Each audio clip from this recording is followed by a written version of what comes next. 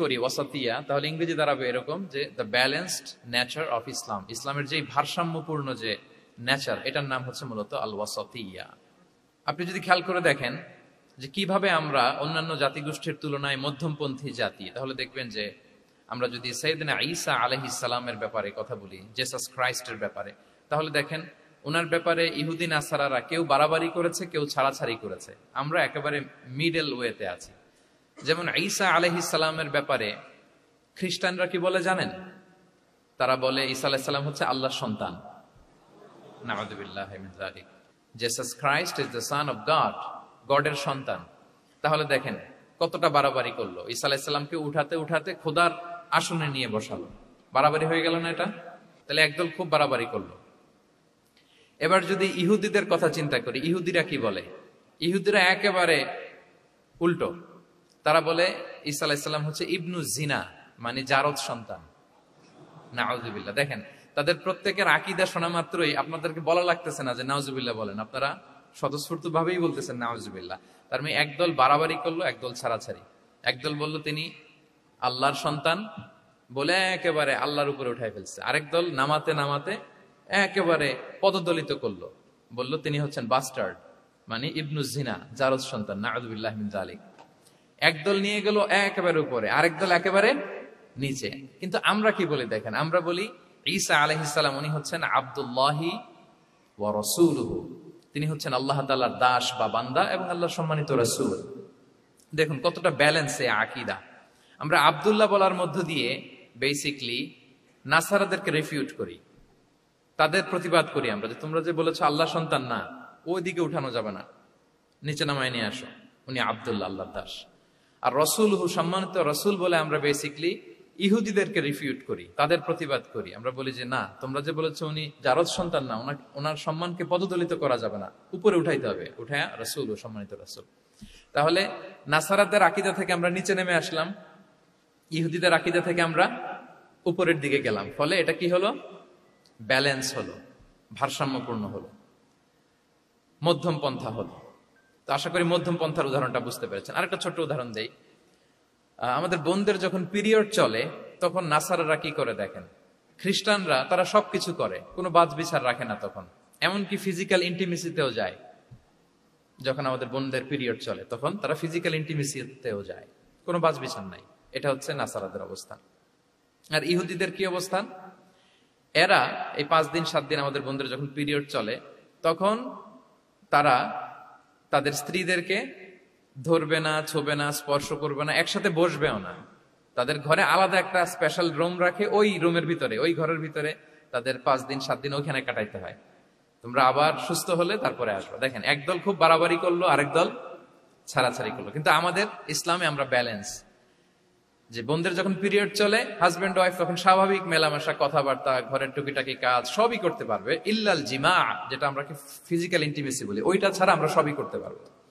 তাহলে দেখেন এই দুইটা উদাহরণ আমি সামনে আনলাম এজন্য যে এই যে মানহাজুল ওয়াসাতিয়াতি ওয়াল ইতিদাল, মধ্যম পন্থার কথা আমরা যেটা বলি, যেটাকে দিয়ে আল্লাহ তাআলা আমাদেরকে সম্মানিত করেছেন যে ওয়াকাযালিকা জাআলনাকুম উম্মাতান ওয়াসাতা, তোমাদেরকে আমি মধ্যমপন্থী জাতি বানিয়েছি, তোমাদের মধ্যে বাড়াবাড়িও থাকবে না, ছাড়াছাড়িও থাকবে না, বরং আমরা হব মধ্যমপন্থী। আমরা কি হব? কি হব? তো প্রিয় ভাইয়েরা, প্রথম কথা হচ্ছে আপনি যখন দাওয়া বলবেন তখন আমাকে মধ্যম পন্থা বলতেই হবে। আমরা যখন ইসলাম শিখবো, শিখাবো, ইসলাম বুঝবো, বুঝাবো, এই সব ক্ষেত্রে আমাদেরকে মধ্যম পন্থা অবলম্বন করতে হবে। আমাদের খেয়াল রাখতে হবে আমরা যেন এক্সট্রিম লাইনে না যাই, আবার খুব এক্সট্রা লিবারেল যেন না হয়ে যায়, আমরা যেন মধ্যমপন্থী একটা অবস্থানে থাকি। এবং দাওয়া দেওয়ার ক্ষেত্রে এটাই বলা হয়েছে, আল্লাহ তাআলা বলছেন উদউ ইলা সাবিলি রাব্বিকা বিল হিকমাতি ওয়াল মাউইদাতিল হাসানাতি ওয়াজাদিলহুম বিল্লাতি হিয়া আহসান। নবী আপনি লোকদেরকে আল্লাহর পথে ডাকুন, বিল হিকমা, প্রজ্ঞার সাথে, সুন্দর সুন্দর উপদেশ সহকারে, এবং কখনো তর্ক বিতর্কে জড়ানো লাগলে সেটা উত্তম ভাবে আপনাকে জড়াতে হবে। তার মানে এই যে ইসলাম বোঝার ক্ষেত্রে, প্রচারের ক্ষেত্রে মধ্যম পন্থার নীতি, যেটা প্রজ্ঞা বা সুন্দর উপদেশমালা দিয়ে দাওয়াত দেওয়া, এটাও মূলত মধ্যম পন্থারই বহিঃপ্রকাশ। আমরা যখন কোনো দাওয়া কাজ করব অলওয়েজ মাথায় রাখতে হবে যে আমি বাড়াবাড়ি যেন না করি, আমি আবার ছাড়াছাড়িও যেন না করি, আমি যেন মাঝামাঝি থাকি। তো এই যে দাওয়া আমরা দিচ্ছি, দাওয়াটা কি? বেসিক্যালি এটা হচ্ছে একটা কমিউনিকেশন, রাইট? এই যে আমি কথা বলতেছি, আপনারা শুনতেছেন, ইমাম সাহেব খুতবা দিচ্ছেন, আমরা সেটা শুনি, স্ট্রিট দাওয়া হয়, বিভিন্ন রকম দাওয়া এখন হচ্ছে, এগুলো basically communication, and this communication should be full of wisdom and beautiful advice. এটাই মূলত আল ওয়াসাতিয়া, মানহাজুল ওয়াসাতিয়া, মধ্যম পন্থা। আমি যে বিশ্ববিদ্যালয় থেকে ব্যাচেলর করেছি, ওই বিশ্ববিদ্যালয়ের একটা স্লোগান আছে, মানহাজুল ওয়াসাতিয়াতি ওয়াল ইআতিদাল। ওনারা মধ্যম পন্থার কথা বলে। সো আমি যেহেতু এই বিশ্ববিদ্যালয় আল আজহারের গ্রাজুয়েট, আমি যেখানেই যাই একটু করে আমি এই আল ওয়াসাতিয়ার কথাটা বলি, প্রিয় ভাইরা। তো দাওয়া যেহেতু কমিউনিকেশন, আমরা ওরাল দাওয়া দিয়ে থাকি, কিন্তু বেসিকলি ওরাল দাওয়ার চেয়ে যেটা প্র্যাকটিক্যাল দাওয়া, থিওরিটিক্যাল দাওয়ার চেয়ে প্র্যাকটিক্যাল দাওয়াটা এটা বেশি ইফেক্টিভ, বেশি প্রোডাক্টিভ। আমরা যখন তাফসির মাহফিল করি, আমরা খুতবা দেই, আলোচনা করি, এটা থেকে তো মানুষ শিখে। কিন্তু আমি যদি আমার আচরণ দিয়ে কোনো একটা মেসেজ দিতে পারি, ওইটা মানুষের হৃদয়ে বেশি দাগ কাটে, বেশি মনে থাকে, খুব বেশি মনে থাকে। এটার সুযোগ আপনাদের বেশি। যেমন আমি যদি একটা কোরআনের আয়াতের কথা বলি, এটার খুব একটা মূল্যায়ন নাই, কারণ উনি হুজুর মানুষ, উনি তো কোরআনই বলবে। কিন্তু একজন ডক্টর যখন কোরআনের আয়াত বলে, তখন বলে, দেখছো মাশাআল্লাহ, একজন ডক্টর, সে চিকিৎসা বিজ্ঞানে এত বড় এক্সপার্টিজের পর আবার কোরআনও জানে। ওই কথা কিন্তু আমিও বলছি, আমার দাম নাই। কিন্তু আপনাদেরকে কত সম্মানের চোখে দেখা হচ্ছে। আবার দেখেন, 5 ওয়াক্ত সালাত আদায় করা জামাতের সাথে, ফরজ সালাত গুলো, এটা তো মানে করতেই হবে, কম্পালসারি। এটা করে তো খুব বেশি ক্রেডিট নেওয়ার কিছু নাই, তো আমরা সবাই পড়ি। কিন্তু একজন ডাক্তার যখন নামাজ পড়ে, খেয়াল করে দেখবেন, একজন ডক্টর যখন চেম্বারে রুগীদেরকে রেখে বলে যে, ওখানে যদি লেখা থাকে যে সালাতের সময় বিরতি থাকবে, বা বলা হয় যে এই ডাক্তার কিন্তু রুগী বসিয়ে রেখে নামাজটা পড়ে এসে আবার রুগী দেখা শুরু করে, এটা সবাই খুব পজিটিভলি নেয়, যে দেখো এত ব্যস্ততার পরেও চাইলে এই সময় রুগী দেখতে পারতো, কিন্তু উনি নামাজ পড়ে। দেখেন, একই কোরআনের কথা আমিও বললাম, আপনিও বললেন, আপনার মর্যাদা কত বেশি। আমিও জামাতে নামাজ পড়ি, ইমামতি করাই, আর আপনি যে একটু তাড়াতাড়ি করে নামাজটা পড়ে চলে আসেন, এটাতে আপনার এপ্রিসিয়েশন কত বেশি। তো এভাবে আপনাদের কিন্তু দাওয়া কাজ করার সুযোগ অনেক বেশি, কারণ এটা অনেক মানে নোবেল একটা প্রফেশন, মহৎ পেশা। আপনারা জনগণকে সরাসরি সেবা দেওয়ার যে ব্যাপারটা, এটার সুযোগ আছে। যুদ্ধ বিধ্বস্ত আপনি আহতদেরকে সেবা দিতে পারেন, আগুনে পোড়া রোগীদেরকে সেবা দিতে পারেন, দুরারোগ্য ব্যাধি, তার আর যাওয়ার জায়গা নেই, আপনি সেবা দিতে পারতেছেন। যে কোনো রোগ বালাই, যে কোনো পরিস্থিতিতে যখন একজন মানুষ অসুস্থ হয়, তখন আপনি সেবা দিচ্ছেন, তখন তার মনটা কিন্তু খুব নরম থাকে, তার মধ্যে একটা অসহায়ত্ব কাজ করে। ওই একটা অসহায় মানুষ, তার মনটা খুব নরম, ওই রকম একটা সিচুয়েশনে তারা আপনাদের দ্বারস্থ হয়।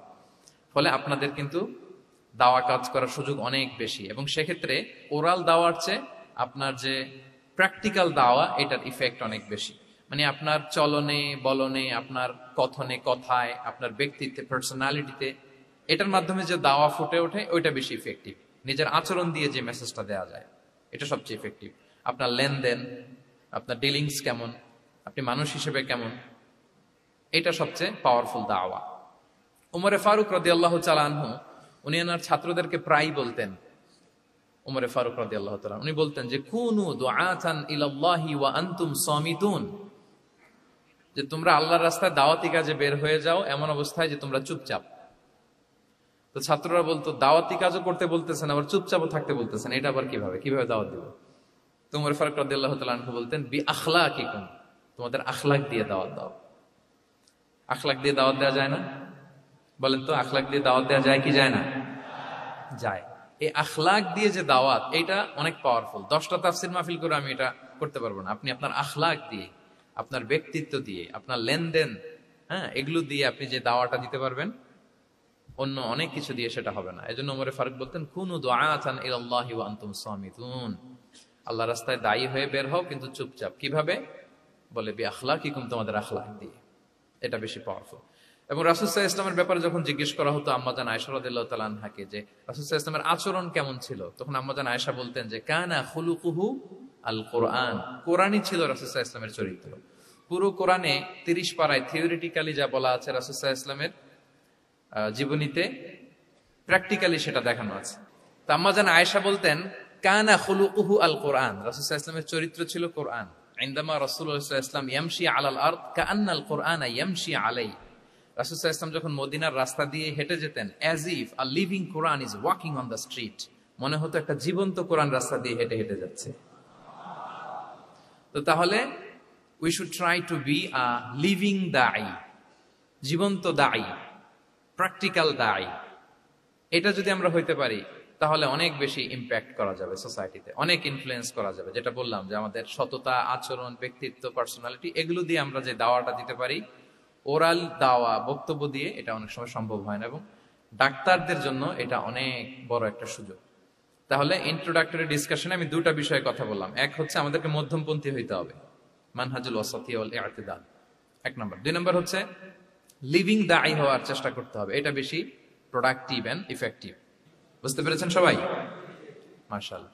এবার চলুন যে রাসূল সাল্লাল্লাহু আলাইহি ওয়াসাল্লামের যে প্রফেটিক দাওয়া মেথোডোলজি, কিভাবে উনি দাওয়া কাজের আঞ্জাম দিতেন, সেখান থেকে আমাদের নেয়ার আধুনিক সময়ের এর প্রাসঙ্গিকতা কি আছে, আমি 10টা পয়েন্টে আজকের এই সেমিনারে কিছু কথা উপস্থাপনের চেষ্টা করবো। ওমা তাওফীক ইল্লা বিল্লাহ। এক নাম্বার কথা হচ্ছে, আমরা যে দাওয়া দিব, এই দাওয়া language should be very soft and mild and very touchy.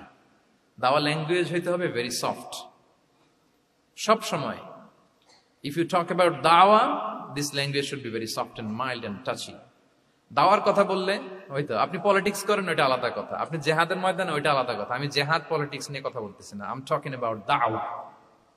যদি আপনি দাওয়া সেমিনারের কথা বলেন, যদি মেডিকেল দাওয়া সোসাইটি নাম দেন, দাওয়া বললে আমাকে বলতে হবে দাওয়ার language should be very soft and mild.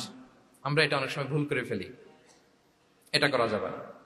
কারণ আপনি হৃদয় থেকে যদি কোনো কথা বলেন, এটা শ্রোতার হৃদয়ে যে টাচ করে। আল্লাহর হাবিব সাল্লাল্লাহু আলাইহি ওয়াসাল্লামের কথাগুলো নিয়ে এত আলোচনা, বিশ্লেষণ, কথাগুলো এত অ্যাপিলিং কেন, এত আবেদনময় কেন? এর কারণ হচ্ছে রাসূল সাল্লাল্লাহু আলাইহি ওয়াসাল্লাম যা বলেছেন তিনি হৃদয় থেকে বলেছেন, এবং হৃদয় থেকে কথা বেরোলে এটা শ্রোতার হৃদয়ে যে টাচ করে। একটা ছোট্ট আয়াত আমি তেলাওয়াত করি, সূরা তাহার। আল্লাহ তাআলা বলছেন, ফাকুলা লাহু কাওলান লাইয়িনা লাআল্লাহু ইয়াতাযাক্কারু আও ইয়াখশা। আল্লাহ তাআলা মূসা আলাইহিস সালাম এবং হারুন আলাইহিস সালাম, ওনাদের দুইজনকে বলছেন যে তোমরা দুই ভাই মিলে যাও, ফেরাউনের কাছে যে দাওয়াত দাও এবং কোমল ভাষায় দাওয়াত দাও। কি ভাষায়? কোমল ভাষায় দাওয়াত দাও। কাওলান লাইয়িনা, use very soft and mild language, very touchy language. Soft এবং কোমল ভাষায় দাওয়াত দাও কাকে? পৃথিবীর সবচেয়ে বড় সন্ত্রাস, তাই না? হ্যাঁ, দুর্ধর্ষ সন্ত্রাস, খোদাদ্রোহী, তারপর সীমালঙ্ঘনকারী। আপনি যত নেগেটিভ যা বলবেন সব যাবে ওর সাথে। ফিরআউন, লাআল্লাহু ইয়াতাযাক্কারু আও ইয়াখশা, হয়তো সে উপদেশ গ্রহণ করবে অথবা তার হৃদয়ে ভয়ের উদ্রেক হতে পারে। হয়তো তোমরা soft and mild language use করবা। মূসা এবং হারুন কোমল ভাষায় যে তোমরা দাওয়াত দিবা। আচ্ছা, কার ব্যাপারে আল্লাহ বললেন, কাকে দাওয়াত দিতে বললেন? সবাই বলেন তো নামটা। ফেরাউন। আচ্ছা, ফেরাউনের ক্ষেত্রে আল্লাহ তাআলা বললেন যে soft and mild language use করো, নরম ভাষা। আমাকে উত্তর দেন, আমাদের কারেন্ট সময় আমরা যাদেরকে জালিম বলি, যাদেরকে খারাপ বলি, ফাসিক বলি, পাপাচারী, ধরেন যে আমার মতে বা আপনাদের মতে যে সবচেয়ে খারাপ, পাপাচারী, জালিম, ওই জালিমটা কি ফেরাউনের চেয়ে বড় জালিম? আমাদের চোখে যে জাহান্নামী, যে নিকৃষ্ট, খারাপ, পাপী যাকে আমি মনে করি, যদিও এরকম মনে করার সুযোগ আমাদের নাই, কে জান্নাতি কে জাহান্নামী এটা ডিসাইড করবে কে? আল্লাহ তাআলা। কিন্তু আমাদের চোখে যে পাপী, যে ভুল করেছে, যে জালিম, ওই জালিমগুলো, খারাপ লোকগুলো কি ফেরাউনের চেয়ে বেশি খারাপ ছিল? ছিল? ওই ফেরাউনের ক্ষেত্রে আল্লাহ বলেছেন ফাকুলা লাহু কাওলান লাইয়িনা, সফট ল্যাঙ্গুয়েজ ইউজ করো মূসা এবং হারুন, কোমল ভাষা ব্যবহার করো। হয়তো তার ভুল ভেঙে যাবে, হয়তো সে উপদেশ গ্রহণ করবে। তো তাহলে দেখেন কত বড় ভুল আমরা করি। আমরা মাঝে মাঝে এমন অ্যাটাকিং মুডে কথা বলি, এমন আগ্রাসী হয়ে কথা বলি, ওর মানার এক সুযোগ থাকলেও ও মানবে না। কি বলেন? যাও, মানার একটু ইচ্ছা ছিল, আমার এই অ্যাটিটিউডের কারণে সে আর এটা শুনবে না। এটাই মানুষের স্বভাব। আপনি আগ্রাসী হয়ে, অ্যাটাকিং হয়ে কথা বলে মানুষ এটা শোনে না। তাহলে দাওয়ার প্রফেটিক 1 নাম্বার মেথোডোলজি হচ্ছে দাওয়ার ল্যাঙ্গুয়েজ হইতে হবে very soft and very mild.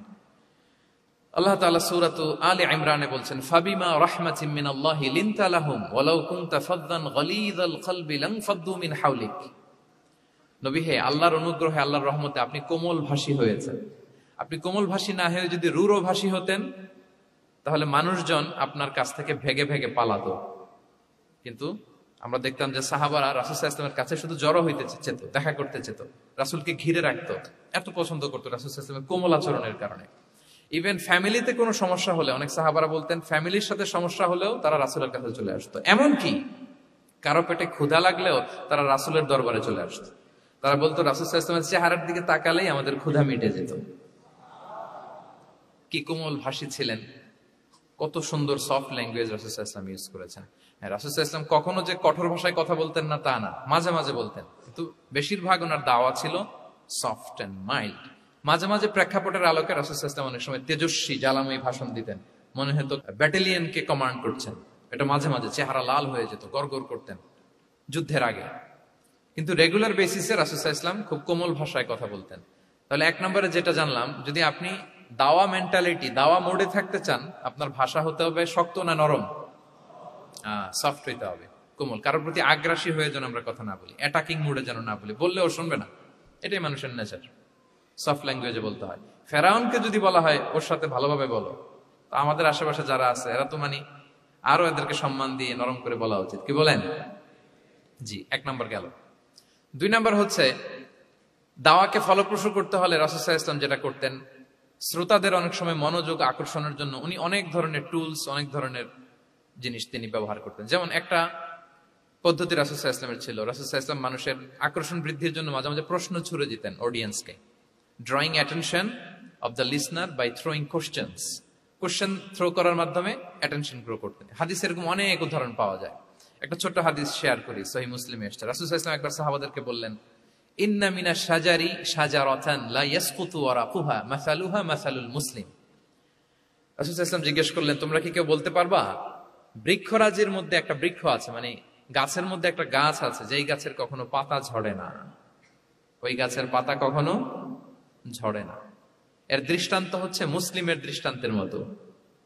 বলতো ফাহাদ্দিসুনি মা হিয়া, বলতো ওই গাছটা কি? কে বলতে পারো? আপনারা তো সব একেবারে পেরে গেছেন। তো সাহাবারা ওই দিন কেউ বলতে পারেন নাই, কারণ কি জানেন? একে তো আমরা জানি হাদিস স্টাডি করার কারণে, হাদিস স্টাডি না করলে তো আমরা বলতে পারতাম না, আমাদের দেশে তো খেজুর গাছ তো হয় না।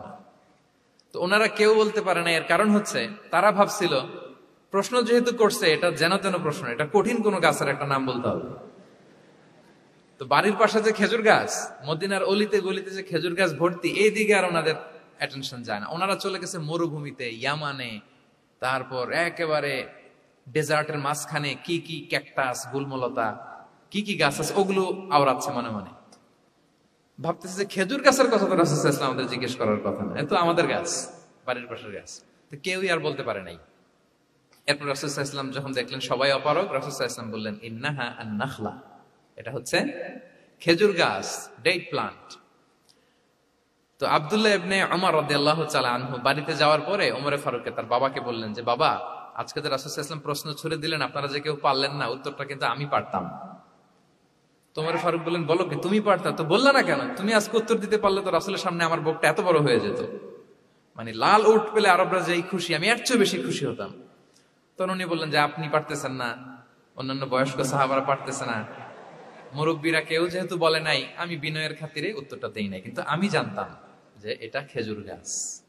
তাহলে দেখেন, রাসূল সাল্লাল্লাহু আলাইহি ওয়াসাল্লাম অ্যাটেনশনটাকে ড্র করার জন্য প্রশ্ন ছুড়ে দিতেন। আপনারা তো প্রশ্ন ছড়াই তো আপনাদের কাজ, যে কি অবস্থা, শরীরটা কেমন, পেট ঠিক আছে কিনা, ঘুম হয় কিনা, কমন প্রশ্ন না আপনাদের? আপনাদের কাছে গেলেই তো প্রথমে জিজ্ঞেস করে যে হজম হয় কিনা, তারপর ঘুম আসে কিনা, এই হয় কিনা, অনেক প্রশ্ন আপনারা করেন। তো এইভাবে আপনি যদি আস্তে আস্তে প্রশ্নের ছলে যদি তাকে আপনি দাওয়া দিতে চান, আপনি কিন্তু দিতে পারেন। এটা রাসূল সাল্লাল্লাহু আলাইহি ওয়াসাল্লামের একটা দাওয়া মেথোডলজি ছিল। দুইটা বলে ফেললাম, একটা হচ্ছে দাওয়ার ল্যাঙ্গুয়েজ হতে হবে অনেক শক্ত, নাকি? হ্যাঁ, নরম, সফট এন্ড মাইল্ড। দুই নাম্বার হচ্ছে প্রশ্ন ছুড়ে দিয়ে শ্রোতাকে আকর্ষণ করা, মনোযোগ আকর্ষণ করা। তিন নাম্বার ভিজুয়াল এক্সপ্লেনেশন। রাসূল সাল্লাল্লাহু আলাইহি ওয়াসাল্লাম এটা করতেন যাতে করে আরো সহজে বোঝানোর জন্য। এটা নিশ্চয়ই আপনারা করেন।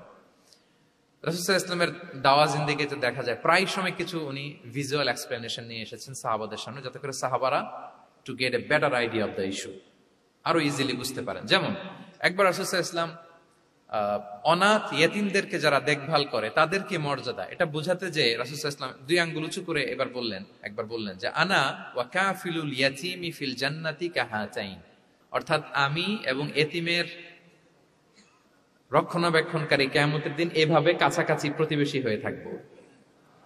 এই দুইটা আঙ্গুলের মাঝখানে যেমনি খুব একটা স্পেস নাই, গ্যাপ নাই, একেবারে কাছাকাছি, নেইবরিং ফিঙ্গার, রাইট?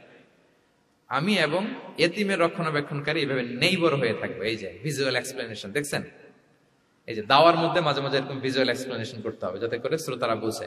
রাসূল সাল্লাল্লাহু আলাইহি ওয়াসাল্লাম করেছেন। মুসনাদে আহমদে এক হাদিস এসেছে, রাসূল সাল্লাল্লাহু আলাইহি ওয়াসাল্লাম একবার খেজুরের একটা ডাল নিয়ে মরুভূমির মধ্যে একটা দাগ টানলেন। খাত্তালানা রাসূলুল্লাহ সাল্লাল্লাহু আলাইহি ওয়াসাল্লাম খাত্তান, একটা স্ট্রেট লাইন দিয়ে রাসূল সাল্লাল্লাহু আলাইহি ওয়াসাল্লাম বললেন এটা হচ্ছে সিরাতুল মুস্তাকিম। সাহাবাদের দৃষ্টি আকর্ষিত হলো, সবাই মনোযোগী হয়ে উঠলো, তাই নাকি?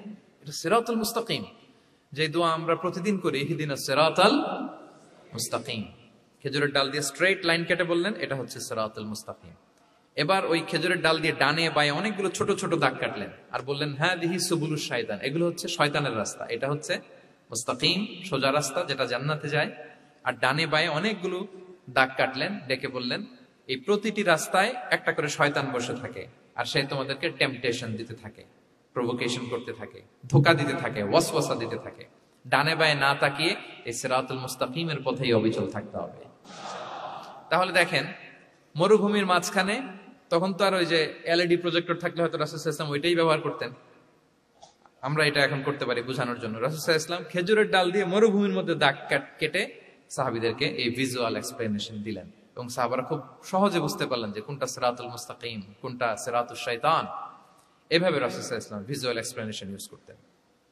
আমরা বিশ্বাসীরা যে ভাই ভাই, মুমিনরা যে ভাই ভাই, আমাদের সম্পর্ক যে কত সুদৃঢ় মজবুত, এটা বোঝাতে যে একবার রাসূল সাল্লাল্লাহু আলাইহি ওয়াসাল্লাম বললেন আল মুমিনু লিল মুমিনি কাল বুনিয়ান, বিশ্বাসীরা তাদের সম্পর্ক হচ্ছে কাল বুনিয়ান, একটা সুদৃঢ় প্রাচীরের মতো, সীসা ঢালা প্রাচীরের মতো। ইয়াশুদ্দু বা'দুহু বা'দা, যেটার এক পাশ আরেক পাশকে মজবুত করে। Strengthening one part the others, এক পার্ট আরেক পার্টকে মজবুত করে। যেমন বিল্ডিং এদিকে ভেঙে ফেললে এটা নড়বড়ে হয়ে যাবে। তিনি বুঝালেন যে সুদৃঢ় প্রাচীরের মতো হচ্ছে বিশ্বাসীদের সম্পর্ক। এটা বলে ওয়াশাব্বাকা বাইনা আসাবিহি, মানে ডান হাতের আঙ্গুলগুলো বাঁ হাতের ভেতরে ভেবে ঢুকিয়ে দিলেন, বললেন যে এরকম মজবুত। সুবহানাল্লাহ। এই যে এই হাতের আঙ্গুলগুলো এই হাতে ঢুকিয়ে এরকম চাপ দিলে খুব শক্ত হয় না, মজবুত হয় না? রাসূল সাল্লাল্লাহু আলাইহি ওয়াসাল্লাম বললেন আমাদের বন্ধন হচ্ছে এরকম সুদৃঢ় মজবুত, সুদৃঢ় সীসা ঢালা প্রাচীরের মতো। আল্লাহু আকবার। তাহলে এই যে ভিজুয়াল এক্সপ্লেনেশন, রাসূল সাল্লাল্লাহু আলাইহি ওয়াসাল্লাম বুঝানোর জন্য এই যে এরকম দাগ কাটা, কখনো এইভাবে, হাদিসে এরকম অনেক পাওয়া যায়। আমি অল্প কয়েকটা, সময়ের টাইম কনস্ট্রেন্টের কারণে অল্প কয়েকটা নিয়ে আসলাম। তাহলে এটা রাসূল সাল্লাল্লাহু আলাইহি ওয়াসাল্লামের একটা দাওয়া মেথোডোলজি ছিল, বোঝানোর জন্য কত ইজিয়েস্ট ওয়েতে তিনি অডিয়েন্সের কাছে পৌঁছাতে পারেন। তিনি প্রয়োজনে ভিজুয়াল এক্সপ্লেনেশনের সহায়তা নিতেন। কয়টা গেল মেথোডোলজি? 3টা। 4 নাম্বার হচ্ছে গ্রাজুয়ালিটি, ধীরে ধীরে ধাপে ধাপে দাওয়া পরিচালনা করা, দাওয়া কাজ করা। এটাতে অনেক সময় আমরা ভুল করে ফেলি। আমরা অনেক সময় একটু রাশিং মেন্টালিটিতে থাকি, তাড়াহুড়ো। একজন ভাই নতুন দিনে ফিরছে, আগে হয়তো সংশয়বাদী ছিল, নাস্তিক ছিল, প্র্যাকটিস করতো না, এখন সে প্র্যাকটিসের ইচ্ছা করছে। এই সুযোগ পেয়ে আমি তারে বলা শুরু করলাম নামাজ পড়তে হবে, রোজা রাখতে হবে, যাকাত দিতে হবে, তোমার ওয়াইফরে পর্দা করাইতে হবে, হালাল হারাম ও কয়েক ছাড়ছে, আমার সম্ভব না। ও বলবে ভাই আগে যাচ্ছিলাম ওইটাই ভালো ছিল, এতগুলো তো আমি মানতে পারবো না। তো এই যে আপনি তাকে দিন থেকে ভাগালেন, আপনার দাওয়া মেথোডোলজি জানা না থাকার কারণে আপনি তাকে ভাগালেন। একসাথে আপনি এত কথা বলবেন না। নতুন যখন কেউ দিনে ফিরে তাকে আপনি একসাথে এত কথা বলবেন না। নতুন যখন কোনো বোন ইসলামে আসতে চায় তাকে আপনি কঠিন করে বলবেন না। উপরে আমাদের বোনরা আছে, তাদেরকেও আমি বলবো সহজ করে বলেন। প্রথমে নামাজের কথা বলেন, নামাজ আস্তে আস্তে পড়ুক যতটুকু পারুক। প্রথমে হয়তো 5 ওয়াক্ত পারবে না, 1 ওয়াক্ত 2 ওয়াক্ত দিয়ে শুরু করবে, এরপর আস্তে আস্তে 5 ওয়াক্ত যাবে। এরপর তাকে একটু শালীন পোশাকের কথা বলেন, যে তুমি একটু শালীন পোশাক পরো, সেফটি সিকিউরিটির জন্য ভালো। সেটাতে অভ্যস্ত হলে তাকে হেজাবের দাওয়াত দিবেন আপনি, হেজাবে অভ্যস্ত হলে নেকাবে দাওয়াত দিবেন আপনি। এইভাবে গ্রাজুয়ালিটি, ধাপে ধাপে, একসাথেই কঠিন করে দিনকে উপস্থাপন করা যাবে না। দাওয়া is a gradual process, gradually যাইতে হবে। Beginning with the most important issue first, তারপর যেটা ইম্পর্টেন্ট, তারপর যেটা ইম্পর্টেন্ট, ধাপে ধাপে আপনি তাকে বলবেন। আপনারা নিশ্চয়ই সবাই মদ হারাম হওয়ার যে স্টেপগুলো আছে জানেন না? কয়বারে হারাম হয়েছে? 3 বারে। ওয়াসআলুনাকা আনিল খামরি ওয়াল মাইসির কুল ফীহিমা ইসমুন কাবীরু ওয়া মানাফিউ লিন-নাস ওয়া ইসমুহুমা আকবারু মিন নাফিহিমা। প্রথমে বললেন মদে কিছু উপকার আছে কিন্তু এটার গুনাহ বেশি, ক্ষতি বেশি, কিন্তু সামান্য উপকার আছে। তো মানুষ সচেতন হয়ে গেল যে না, এটা কিন্তু গুনাহ আছে, ক্ষতি আছে, সাবধান হইতে হবে। মদ খাওয়া কমায় দিল। আচ্ছা, এরপর বলা হলো ওয়ালা তাকরাবুস সালাতা ওয়া আনতুম সুকারা, মাতাল হয়ে মদ খাওয়া অবস্থায় নামাজে যেও না। কারণ কোন এক সাহাবী নামাজে এমন ভাবে তেলাওয়াত করলেন, অর্থ চেঞ্জ হয়ে গেল। ফলে দিনে 5 বার মদ খাওয়া যাবে না, এই আয়াত দিয়ে তো তাই বোঝা যায়, তাই না? 5 বারের জন্য যখন সাবধান হয়ে গেল, আরো তারা অভ্যস্ত হয়ে গেল। এরপরে নাজিল হলো ইন্নামাল খামরু ওয়াল মাইসিরু ওয়াল আনসাবু ওয়াল আজলামু রিজসুম মিন আমালিশ শাইতানি ফাজতানিবু। মদ, জুয়া, ভাগ্যলিপি এগুলো শয়তানের কাজ, এগুলো থেকে বেঁচে থাকো। সবাই মদিনার ঘরের ভেতরে মদের বোতল যেগুলো ছিল ভেঙে সব রাস্তায় মদ দিয়ে মদিনার অলিগলি সয়লাম। সুবহানাল্লাহ, কারো কষ্ট হয়নি, কারণ ধাপে ধাপে মদকে হারাম করা হয়েছে। কেউ যদি চেইন স্মোকার থাকে, আপনি যদি বলেন যে স্মোকিং হারাম, কালকে থেকে একটাও খেতে পারবে না, ও পারবে? ও তো মারা যাবে। ও সব বাদ দিতে পারবে, স্মোকিং বাদ দিতে পারবে না। তো কি করবেন? তাকে আপনি অল্প অল্প করে, যে একটু একটু করে ছাড়ো। এই যে রমজান আসতেছে, সারাদিন তো করতেই পারবে না, রাতে 2-3টা করে খাইও, বেশি খাইও না। না মানে ছাড়ানোর জন্য বলতেছে আর কি, যে 10টা খায় তারা যদি আপনি 2টা খাইতে বলেন, এটা তো আপনি দাওয়াই দিলেন নাকি, কমাইতে বললেন তো। সিগারেটের প্রতি তার উৎসাহিত করতেছি না আমরা। চেইন স্মোকার ও 10টা ছাড়া হয় না প্রতিদিন।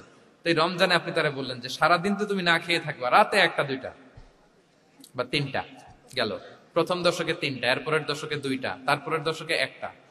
যে 1টা খায় তারপরের দিন তো সে চাইলে ছেড়েও দিতে পারে, কি বলেন? এইভাবে গ্রাজুয়ালি তাকে ছাড়ানোর জন্য অভ্যস্ত করতে হবে। তাহলে এই গ্রাজুয়ালিটিটা দরকার। আমি হাদিস থেকে, সিরাত থেকে একটা উদাহরণ দেই, শুনুন। রাসূল সাল্লাল্লাহু আলাইহি ওয়াসাল্লাম মুআয ইবনে জাবাল রাদিয়াল্লাহু তাআলা আনহুকে ইয়ামানের গভর্নর করে পাঠালেন। তো তখন তাকে বললেন যে মুআয, ইন্নাকা তাআতি কওমান মিন আহলিল কিতাব, তোমাকে এমন একটা এলাকার গভর্নর করে পাঠাচ্ছি, তারা কিন্তু আহলি কিতাব, মানে people of the books, Jews and Christian community, তারা ইহুদি খ্রিস্টান। সো তাদেরকে যখন দাওয়াত দিবা, ধাপে ধাপে দিবা। কিভাবে দিবা? তিনি বললেন, ফাদউহুম ইলা শাহাদাতি আন লা ইলাহা ইল্লাল্লাহ ওয়া আন্না মুহাম্মাদুর রাসূলুল্লাহ। প্রথমে দাওয়াত দিবা তাওহীদ আর রিসালাতের। আওয়াজ করে বলেন, প্রথমে কিসের? তাওহীদ এবং রিসালাতের। আচ্ছা, ফাইনহুম আতাউ লিযালিক, তারা যখন এটা মেনে নেয়। আরবিটা খেয়াল করেছেন অর্থটা? ফাইনহুম আতাউ লিযালিক, তাওহীদ রিসালাত যদি মেনে নেয়, তাহলে তাদেরকে 5 ওয়াক্ত নামাজের দাওয়াত দিও। 5 ওয়াক্ত নামাজে যখন তারা অভ্যস্ত হয়ে যায়, ফাইনহুম আতাউ লিযালিক, যখন তারা এটাও মেনে নেয়, তখন তাদেরকে যাকাতের আদেশ করো।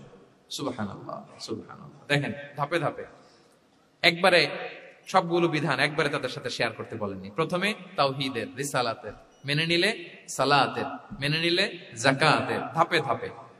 তাহলে একবারে কেউ নতুন যখন দিনে ফিরেছে, একবারে সবকিছু তার ঘাড়ে চাপিয়ে দিবেন আপনি? কি করবেন? গ্রাজুয়ালি, ধাপে ধাপে আমরা এই দাওয়াটা তাদেরকে দেওয়ার চেষ্টা করবো। এটা খুব ইফেক্টিভ হবে, ফলপ্রসূ হবে। আচ্ছা, 4টা কভার করে ফেলেছি। 5 নাম্বার হচ্ছে দাওয়ার মধ্যে ইমোশনাল ইন্টেলিজেন্স ইউজ করতে হবে, তাহলে এটা মোর ইফেক্টিভ হবে। মানে আপনি মানুষের আবেগ অনুভূতি নাড়িয়ে দিয়ে যদি দাওয়া দিতে পারেন, এটা তার শুদ্ধাচারের জন্য অনেক কাজে দেবে। ইমোশনাল ইন্টেলিজেন্স মানে তার আবেগ, ইমোশনকে আপনি ট্রিগার আপ করবেন, ওইটাতে আপনি টাচ করবেন, তাহলে দেখবেন যে সে একেবারে কাবু হয়ে গেছে। এটা রাসূল সাল্লাল্লাহু আলাইহি ওয়াসাল্লামের সিরাতে আমরা অনেক সময় দেখেছি যে ইমোশনাল ইন্টেলিজেন্সকে কাজে লাগিয়ে রাসূল সাল্লাল্লাহু আলাইহি ওয়াসাল্লাম তার আবেগ অনুভূতিতে এমন ভাবে নাড়া দিয়েছেন, তাকে আল্লাহ তাআলা হেদায়েতের রাস্তায় নিয়ে এসেছে। সুবহানাল্লাহ। একটা ছোট্ট উদাহরণ দেই, মুসনাদে আহমদ ইবনে হাম্বলের হাদিস, কিভাবে ইমোশনাল ইন্টেলিজেন্স রাসূল সাল্লাল্লাহু আলাইহি ওয়াসাল্লাম ইউজ করতেন, আবেগ অনুভূতিকে কিভাবে নাড়া দিতেন রাসূল সাল্লাল্লাহু আলাইহি ওয়াসাল্লাম। এক যুবক এসে সাহাবাদের সামনে রাসূল সাল্লাল্লাহু আলাইহি ওয়াসাল্লামকে বললেন, ইয়া রাসূলুল্লাহ ইযান লি বিজিনা, হে আল্লাহর রাসূল, আপনি আমাকে জিনার অনুমতি দেন। নাউযুবিল্লাহ। কিসের? জিনার, মানে ব্যভিচারের অনুমতি দেন। ব্যভিচার বা জিনার অনুমতি দেন। আশেপাশের সাহাবারা তো রেগে মেগে আগুন। ফাআকবাল আল কওমু আলাইহি ফাজাজারু, সবাই তাকে দৌড়ে ধরতে গেল আর ধমকাতে লাগলো, ছি ছি ছি, মাহ মাহ। আমরা যেটা বাংলায় বলি ছি ছি, আরবিতে ওনারা কি বলে? মাহ মাহ, ছি ছি। কি বলো তুমি? লজ্জা শরমের মাথা খেয়ে তুমি রাসূলুল্লাহর দরবারে এসে বলতেছো, হে আল্লাহর রাসূল, আপনি জিনার অনুমতি দেন। যে রাসূল আল্লাহর পক্ষ থেকে বাণী শোনায়, ওয়ালা তাকরাবুজ জিনা, তোমরা ব্যভিচারের নিকটবর্তীও হয়ো না, আর তুমি সেই নবীর কাছে এসে আবদার করতেছো জিনার অনুমতি দেন। তারা যখন তেরে আসলো এই যুবকের দিকে, রাসূল সাল্লাল্লাহু আলাইহি ওয়াসাল্লাম তাদেরকে থামালেন, বললেন যে তোমরা থামো, যুবককে ডেকে আনো আমার কাছে। যুবককে নিয়ে আসা হলো। রাসূল সাল্লাল্লাহু আলাইহি ওয়াসাল্লাম তাকে পরম আদরে কাছে টেনে নিলেন। এবার তাকে জিজ্ঞেস করলেন, তুমি জিনার অনুমতি চাও না? বলে যে ইয়া রাসূলুল্লাহ, জি, জিনার অনুমতি চাই। তখন রাসূল সাল্লাল্লাহু আলাইহি ওয়াসাল্লাম বললেন, তুমি আমাকে উত্তর দাও তো, তুমি বলো তো যে আতুহিব্বুহু লিউম্মিক, তুমি কি পছন্দ করবে যে কোনো পরপুরুষ তোমার মায়ের সাথে এই জিনাটা করুক? তোমার এটা ভালো লাগবে? সে বলে, লা ইয়া রাসূলুল্লাহ, না, কখনো না। আমার মায়ের সাথে কেউ এই পাপাচারে লিপ্ত হবে, এটা কোনো মানুষ মেনে নিবে না, আমি কেন, কেউ মেনে নিবে না। তারপর রাসূল সাল্লাল্লাহু আলাইহি ওয়াসাল্লাম তাকে বললেন, আতুহিব্বুহু লিবনাতিক, তুমি তোমার কলিজার টুকরা সন্তান, কন্যা সন্তানের সাথে, তোমার কন্যার সাথে কেউ এই পাপ কাজটা করুক, এটা তুমি মেনে নিবে, এটা তুমি পছন্দ করো? সে বলল, লা ইয়া রাসূলুল্লাহ, হে আল্লাহর রাসূল, কোশ্চিন কালেও না, কখনো মানবো না, আমার মেয়ের সাথে কেউ এই কাজ করবে আমি কখনো মানবো না। রাসূল সাল্লাল্লাহু আলাইহি ওয়াসাল্লাম আবার তাকে প্রশ্নবাণে জর্জরিত করতে লাগলেন, আবার বললেন, আতুহিব্বুহু লিউখতিক, তুমি কি তোমার প্রিয় বোনের সাথে কেউ এটা করুক, এই পাপাচারে লিপ্ত হোক, জিনা করুক, পছন্দ করবে? তোমার বোনকে কেউ এরকম করবে, অপমান করবে, এটা চাইবে তুমি? বলে, কখনো না, লা ইয়া রাসূলুল্লাহ, কখনো না, কেউই তো পছন্দ করবে না এটা। তখন রাসূল সাল্লাল্লাহু আলাইহি ওয়াসাল্লাম বললেন, তুমি যার সাথে জিনার অনুমতি চাইছো সে তো কারো না কারো মা, কারো না কারো মেয়ে, কারো না কারো বোন, তুমি এভাবে কেন ভাবতে পারো না? সুবহানাল্লাহ বিহামদি। এই কথা বলার পরে তো সে একেবারে ইমোশনালি এমন ড্যামেজ হয়েছে, লজ্জায় কাচুমাচু হয়ে মাথা নিচু করে দাঁড়ায়ছে। তখন রাসূল ইসলাম তার পিঠে একটা আলতো চাপড় মারলেন, পরম মমতায় আলতো চাপড় দিয়ে তার জন্য দোয়া করলেন, আল্লাহুম্মা গফির যামবাহ ওয়া তাহহির কলবাহ ওয়া হাসসিন ফারজাহ, আল্লাহ তুমি এই যুবকের পাপ মোচন করো, আল্লাহ তুমি তার অন্তরটাকে পরিশুদ্ধ করো, আল্লাহ তুমি তার চরিত্রটাকে নিষ্কলুষ করো। এই হাদিসের রাবি উনি বলতেছেন, ফালাম ইয়াকুন বা'দা যালিকাল ফাতা ইয়ালতাফিতু ইলা শাই, ওই দিনের পর থেকে এই যুবক কখনো কোনো পরনারীর দিকে রাস্তায় তাকায় নাই। এই ইমোশনালি যখন তাকে দুর্বল করা হলো, তাকে যখন এইভাবে রাসূল সাল্লাল্লাহু আলাইহি ওয়াসাল্লাম প্রেজেন্টেশন করলেন, হাদিসের বর্ণনাকারী বলেন, এরপরে আমরা কোনোদিন তাকে পরনারীর দিকে তাকাতে দেখি নাই। তার হৃদয়টাকে আল্লাহ তাআলা পরিশুদ্ধ করে দেন। রাসূল সাল্লাল্লাহু আলাইহি ওয়াসাল্লাম ওয়ায়ুযাক্কিহিম, কিভাবে মানুষকে পরিশুদ্ধ করতে দেখেন, কিভাবে তার আবেগ অনুভূতিকে নাড়িয়ে তার চিন্তার জগতে আলোড়ন সৃষ্টি করে তাকে এমন ভাবে কাবু করলেন যে রাসূল সাল্লাল্লাহু আলাইহি ওয়াসাল্লাম যেই দিকে তাকে গাইড করতেছে এখন সে সেদিকেই যেতে বাধ্য। সো এইটা আমাদেরকে করতে হবে, ইমোশনাল ইন্টেলিজেন্স কাজে লাগিয়ে মানুষের আবেগ অনুভূতিতে নাড়া দিয়ে যদি আপনি তাকে কোনো কথা, কোনো বার্তা, কোনো নাসিহাত করেন, তখন সেটা সে শুনে, এমন শুনে এমন ভাবে সে হেদায়েতের পথে আসে যেটা আমরা কল্পনাও করতে পারি না।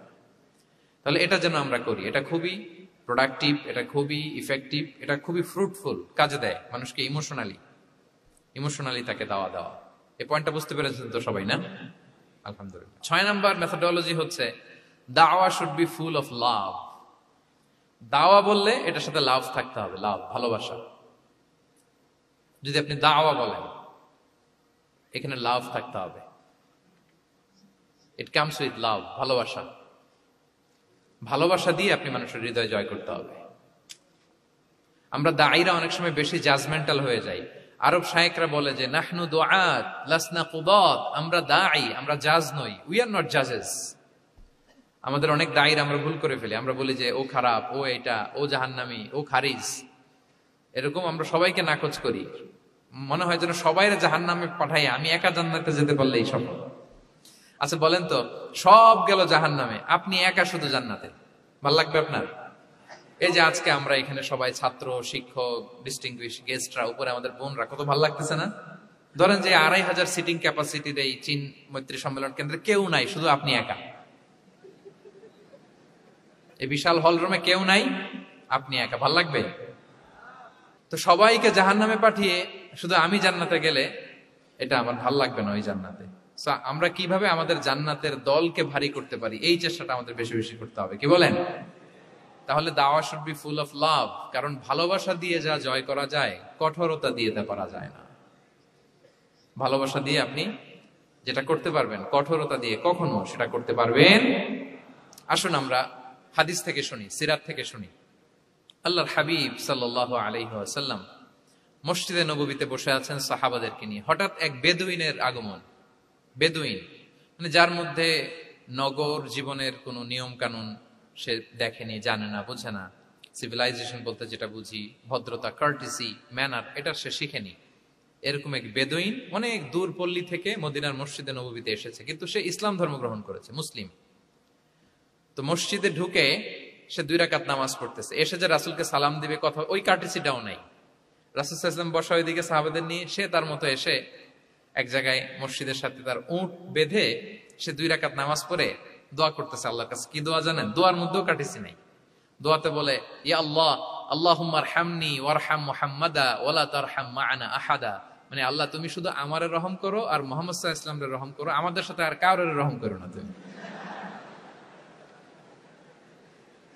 বেদুইন, তার মধ্যে আদাবু দোয়া, দোয়ার যে একটা এটিকেটস আছে এটা তো তার জানা নাই। দোয়ায় অন্যদের জন্য দোয়া করলে যে নিজের লাভ এটা সে জানতো না। আমি যদি বলি যে আল্লাহ এই ভাইদেরকে তুমি কবুল করো, তখন ফেরেশতারা বলে আল্লাহ যিনি দোয়া করতেছে আগে তাকে তুমি কবুল করো। কেউ অসুস্থ, আমি যদি বলি আল্লাহ আমার এই ভাইকে তুমি সুস্থ করো, আল্লাহর ফেরেশতারা বলে আল্লাহ যিনি দোয়া করলেন আগে তার রোগ বালাই থাকলে আগে তাকে সুস্থ করো। এই যে দোয়ার এটিকেটস, আদাব ও দোয়া, এটা সে জানতো না। সে দোয়া করতেছে আল্লাহুম্মা আরহামনি ওয়ারহাম মুহাম্মাদা ওয়ালা তারহাম মা'ানা আহাদা, শুধু আমারে রহম করো, মুহাম্মদ সাল্লাল্লাহু আলাইহি ওয়াসাল্লাম রহম করো, আর কাউরে না। তো রাসূল সাল্লাল্লাহু আলাইহি ওয়াসাল্লাম দূর থেকে দেখতেছেন এই দোয়া আর বলতেছেন যে হায় রে, একটা প্রশস্ত জিনিসকে সে সংকীর্ণ বানায় ফেললো। আল্লাহর কাছে কি রহমের কোনো কমতি বা ঘাটতি আছে? নাই। সে তো দোয়াতে সবাইকে ইনক্লুড করতে পারতো। তো রাহমাতাল লিল আলামিন আল্লাহর হাবিব সাল্লাল্লাহু আলাইহি ওয়াসাল্লাম তিনি বুঝতে পেরেছেন যে এই লোকটা আসলে বেদুইন, তার মধ্যে ওই কার্টিসি নাই। তো তিনি ফলো করতে লাগলেন যে দেখি লোকটা কি করে। তো লোকটা দোয়া টোয়া করেই এবার যে মসজিদের এক কর্নারে বসে ওখানেই পেশাব করা শুরু করলো। মানে কোনো কার্টিসি, নিয়ম, ভদ্রতা তার জানা নাই। তো তাকে পেশাব করতে দেখে বাকি লোকেরা তো তাকে ধরতে গেল, মারতে গেল। রাসূল সাল্লাল্লাহু আলাইহি ওয়াসাল্লাম বললেন দাউ, রাখো রাখো, আরে থামো থামো, ওকে কাজ সারতে দাও, ওকে ওর কাজ সারতে দাও।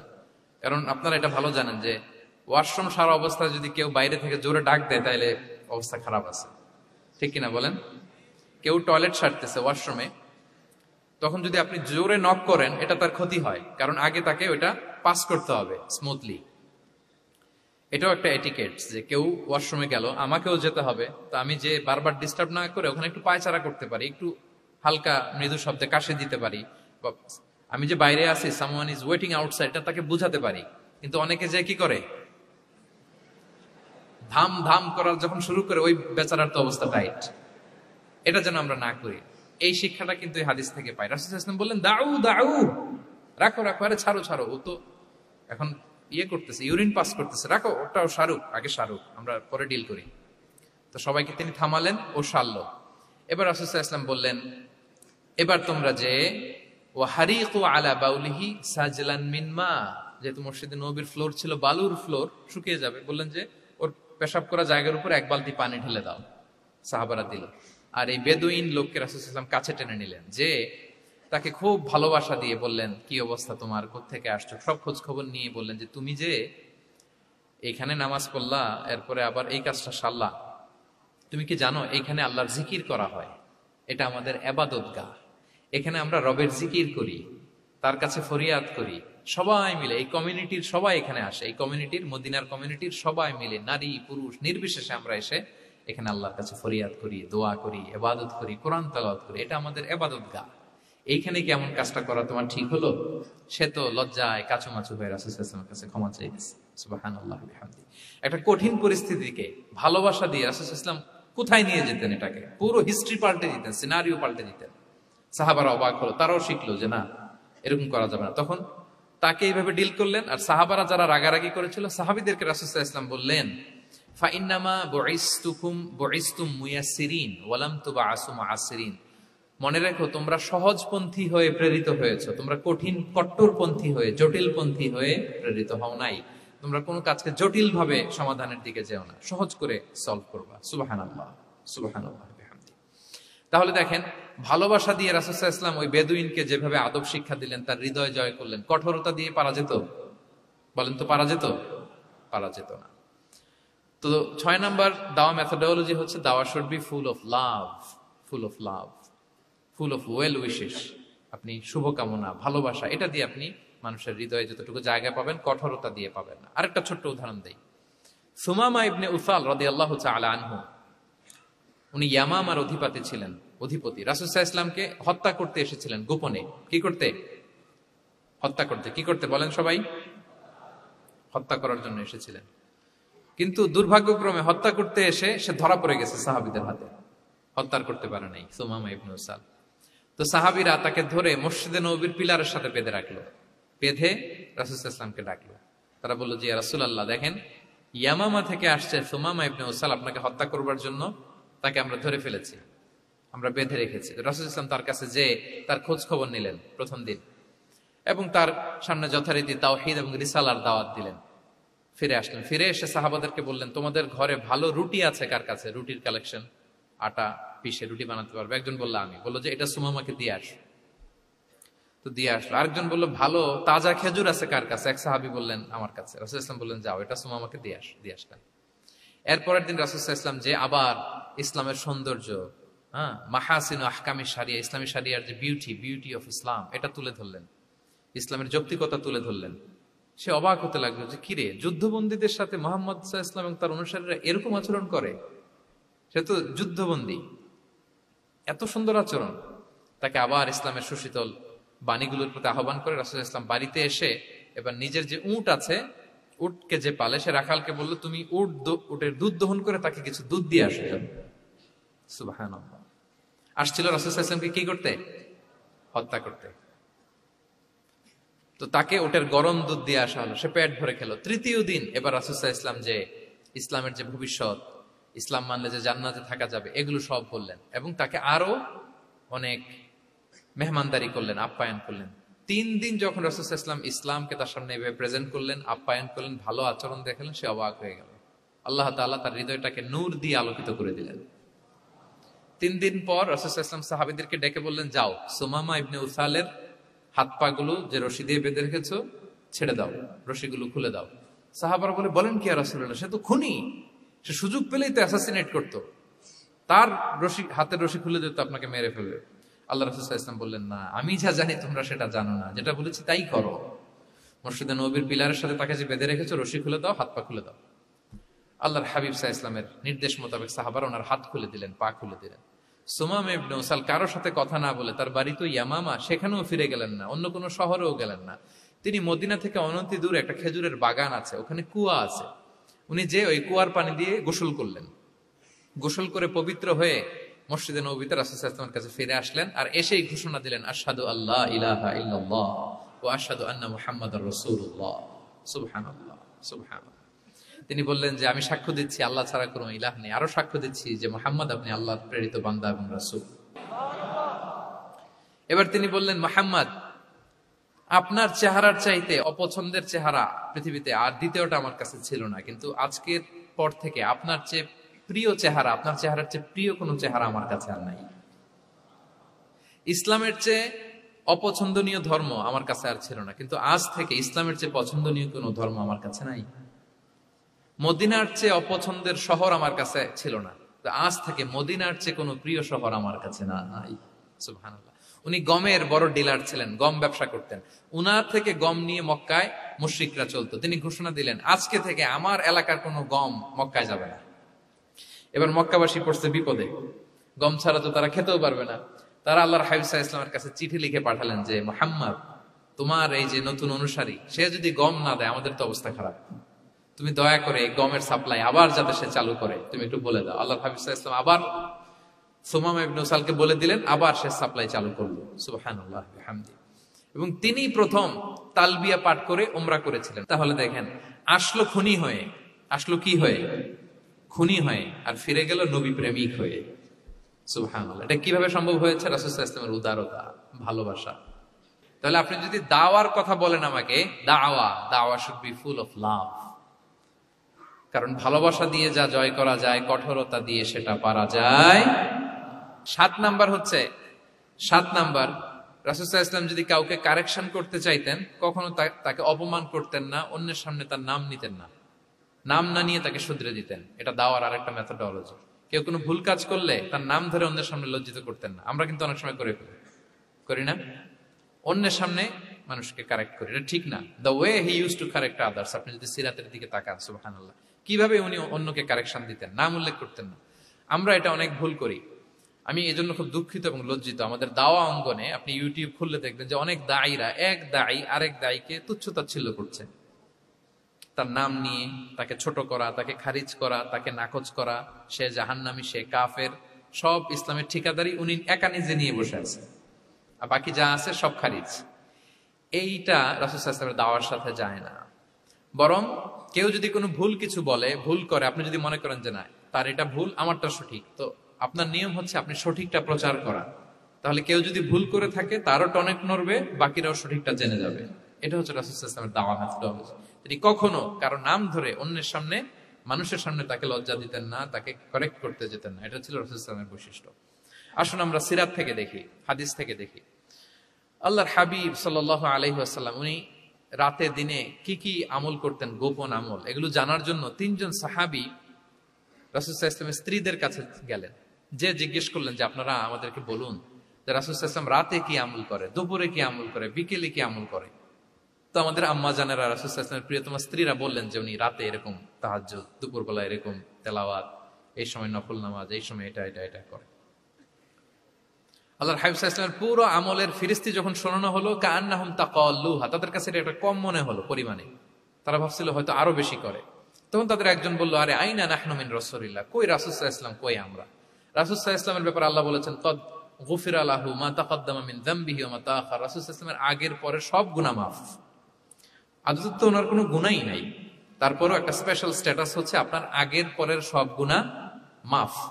তো তারা বলল, যেই মহান ব্যক্তির, যেই নবীর আগের পরের সব গুনাহ মাফ বলে ঘোষণা দেওয়া হয়েছে, তার সাথে তো আমাদের তুলনা করলে হবে না, আমাদের তো বেশি আমল করতে হবে। রাসূল সাল্লাল্লাহু আলাইহি ওয়াসাল্লাম হয়তো এই জন্য এই স্ট্যান্ডার্ড মেইনটেইন করেন না, এরকম করলে তো আমরা মাফ পাবো না আল্লাহর কাছে।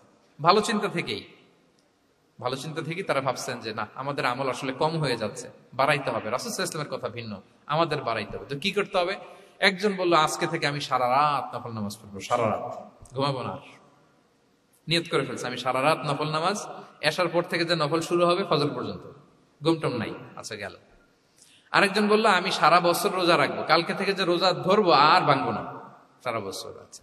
আরেকজন বলল, আমার কয়েকজন স্ত্রী আছে, আমি আর স্ত্রীদের কাছে যাব না, আমি এখন থেকে সন্ন্যাসী, বৈরাগী জীবন যাপন করব, আমি আর কোন নারীর কাছে যাচ্ছি না।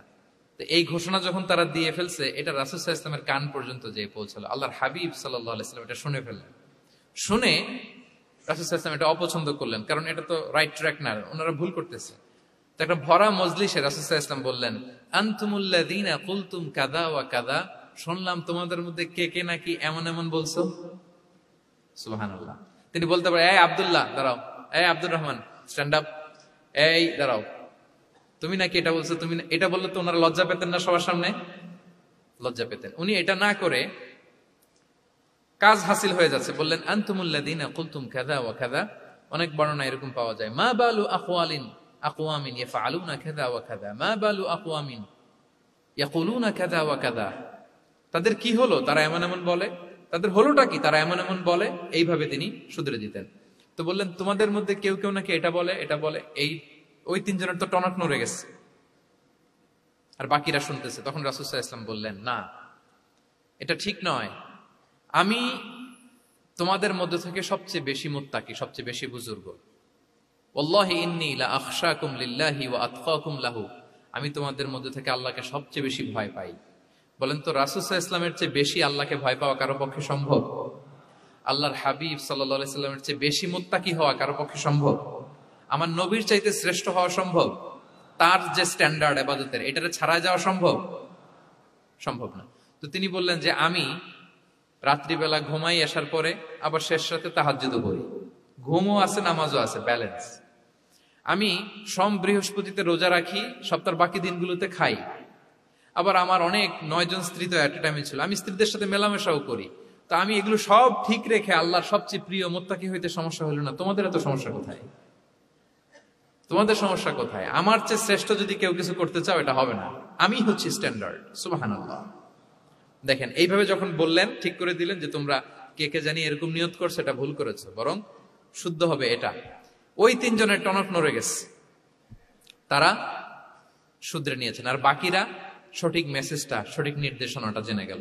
তাহলে ওনাদেরকে কারেকশন করা হয়ে গেছে না অলরেডি? বলেন তো, ওনারা যে ভুল করছে কারেকশন হয়েছে কিনা? কিন্তু তাদেরকে অপমান করা হয়েছে। এই ভুলটা আমরা অনেক সময় করি, অন্যের সামনে, কখন নিজের ছেলেকে, নিজের স্ত্রীকে, বন্ধুকে অন্যের সামনে এইভাবে আমরা যেন কারেক্ট না করি। কাউকে সংশোধন করতে চাইলে আল্লাহর হাবিব সাল্লাল্লাহু আলাইহি সাল্লামের দেখানো পথেই যেন আমরা সংশোধন করি। এটা হচ্ছে এই হাদিসের 1 নম্বর শিক্ষা। আরেকটা শিক্ষা হচ্ছে ব্যালেন্স লাইফস্টাইল, ব্যালেন্স অ্যাপ্রোচ। আমরা জানলাম, অনেকে মনে করে, আমার পরিচিত কয়েকজন লোক আছে, আমি বলছি, তারা থামাইছে কিনা জানি না, আমার কাছে এসে শোনাইতেছে, হুজুর আমি সারা বছর রোজা রাখি। তো আমি বলছি, আপনারা বলছে কি সারা বছর রোজা রাখতে? সারা বছর তো রোজা রাখা নিষেধ, এটাকে সময় বিশাল বলে, এটা নিষেধ। বরং সবচেয়ে বেশি যদি কেউ রাখতে চায়, রাসূল সাল্লাল্লাহু আলাইহি ওয়াসাল্লাম বলছে, তাহলে সাওমুল্লাহি দাউদ, সিয়ামু দাউদ, দাউদ আলাইহিস সালামের রোজা। এর চেয়ে বেশি না। একদিন রাখবা, আরেকদিন ভাঙবা, একদিন রাখবা, আজকে রোজা রাখলে কালকে খাবেন, কালকে রাখবেন, এরপরের দিন রাখবেন, এরপরের দিন ভাঙবেন। এর চেয়ে বেশি রাখা যায় না। লাগাতার রোজা রাখা নিষেধ।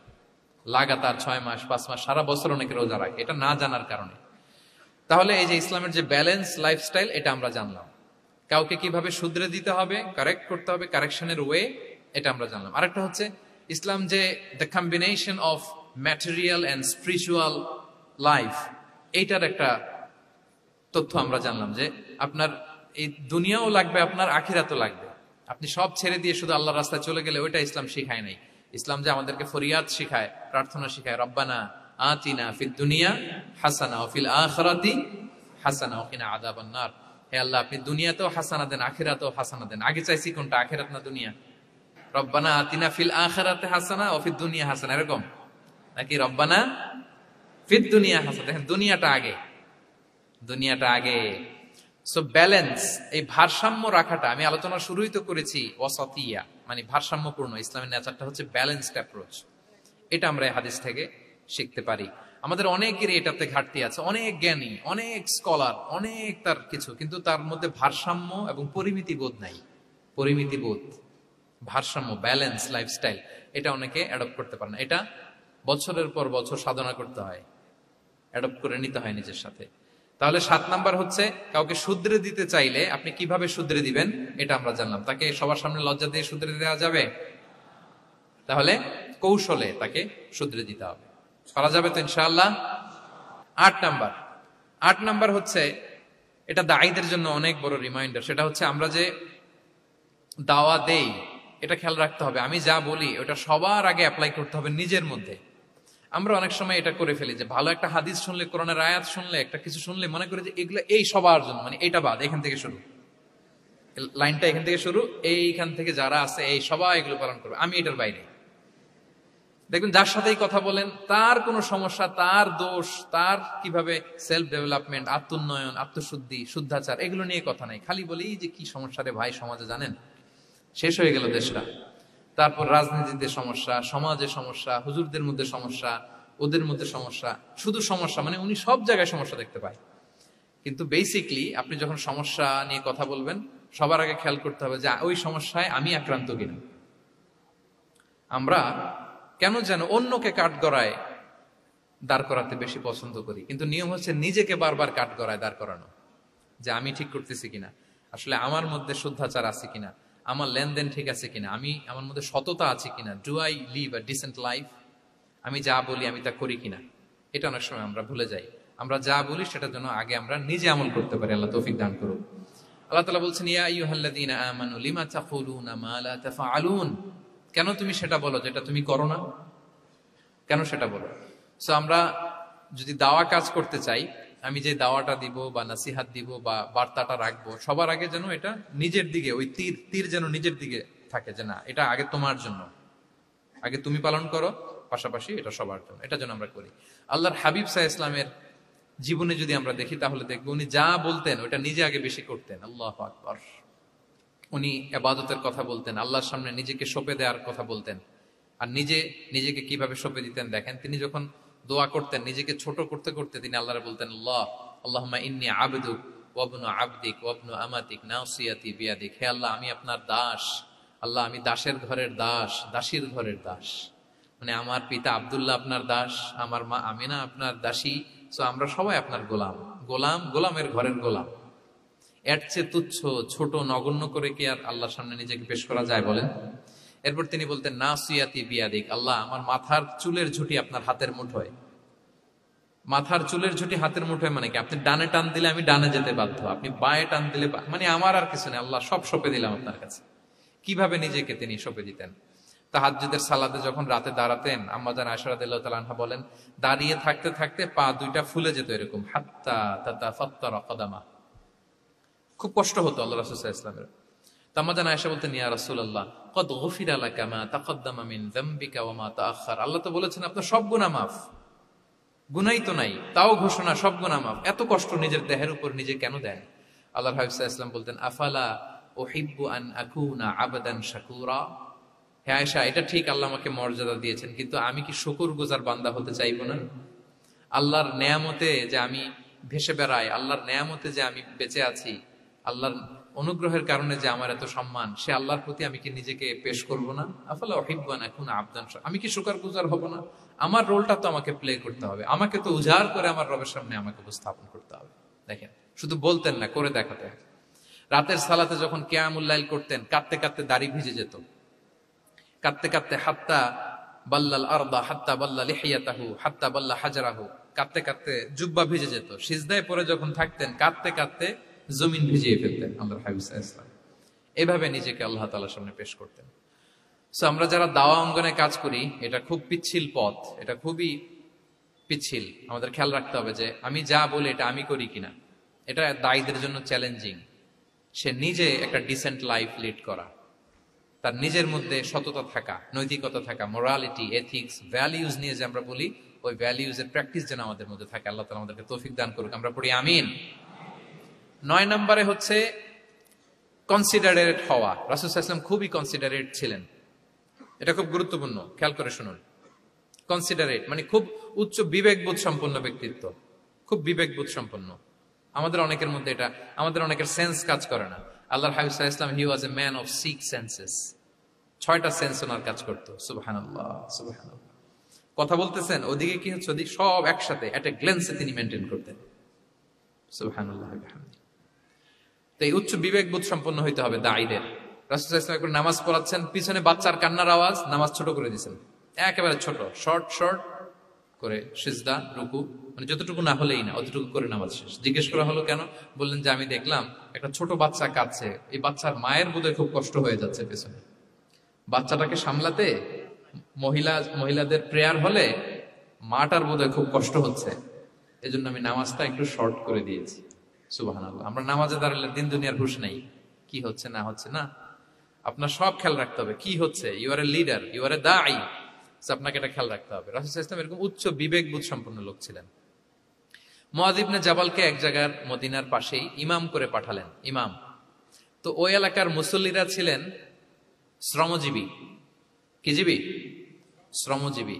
ওনারা উট দিয়ে পানি নিয়ে খেজুর গাছে পানি সেচ দিত, তারা খুব কষ্ট করে সারাদিন।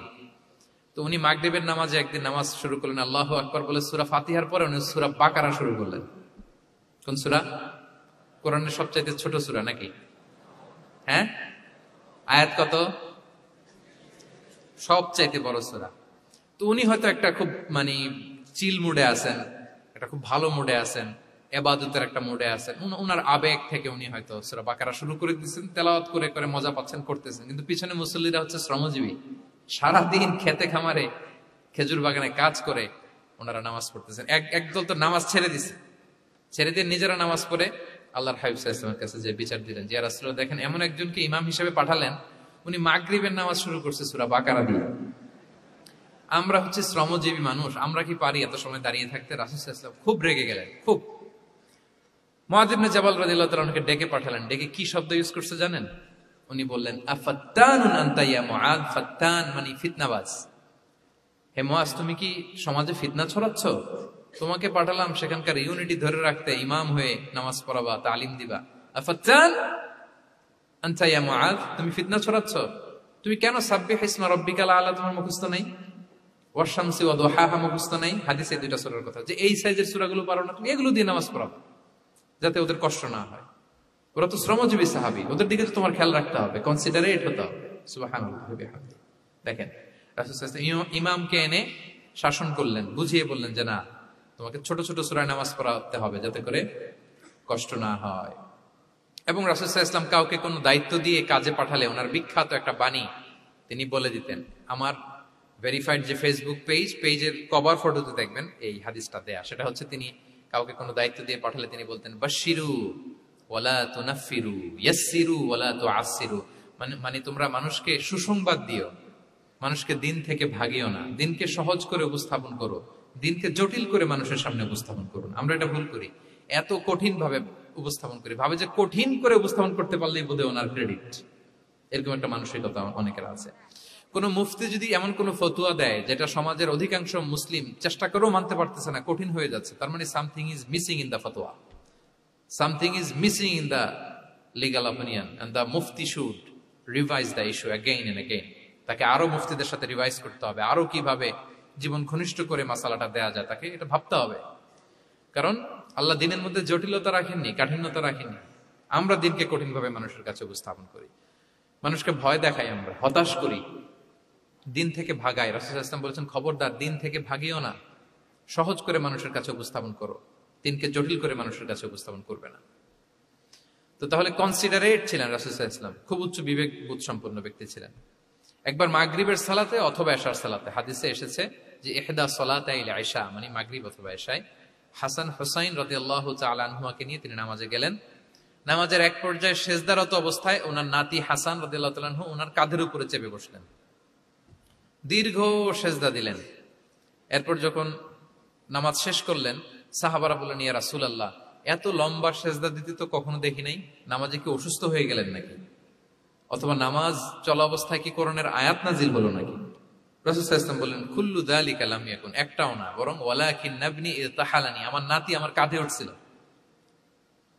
ফাকারিহতু আন উআজ্জিলাহু হাত্তা ইয়াকদিয়া হাজাতা, আমি সেজদায় উঠতে গেলেই তো ও যে খেলতেছে এটা ডিস্টার্ব হয়ে যাবে, সো ওর যতক্ষণ না ওর খেলা শেষ না হয় আমি একটু ওয়েট করতেছিলাম। তার খেলাধুলা শেষে তার সময় যখন হয়েছে নেমে গেছে, আমি তখন সেজদা থেকে মাথা উঠিয়েছি। কি কনসিডারেট ছিলেন দেখেন, কি উচ্চ বিবেক বোধ সম্পন্ন, অন্যের যাতে কষ্ট না হয়, অন্যের যে কোনো কনসার্ন, এগুলো সব তিনি খেয়াল রাখতেন। সো দাঈদের এরকম সিক্স সেন্সের অধিকারী হওয়ার চেষ্টা করতে হবে। আল্লাহ তাআলা আমাদেরকে তৌফিক দান করুন। কয়টা গেল? 9টা।